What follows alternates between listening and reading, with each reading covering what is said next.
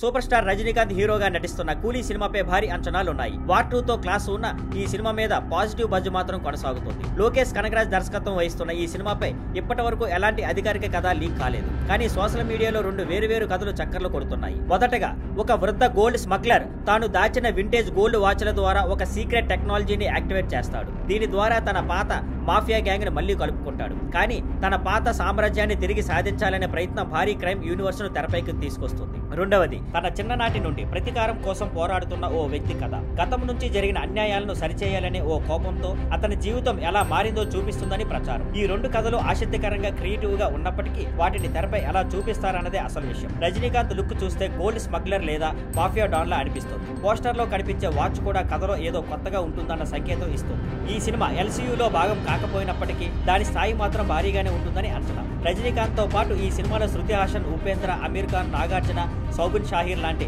స్టార్లు కూడా నటిస్తున్నారు. కూలీ సినిమా ఆగస్టు 14న థియేటర్లో విడుదల కానుంది. Thank you for watching.